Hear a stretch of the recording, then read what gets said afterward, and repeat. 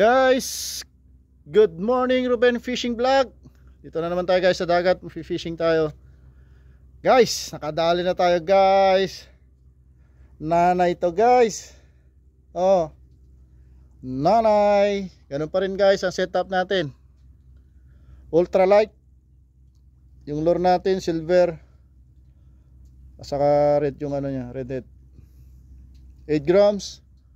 To guys, mabisa talaga yung ano natin, Bulsen natin ngayon, bagong setup natin to guys.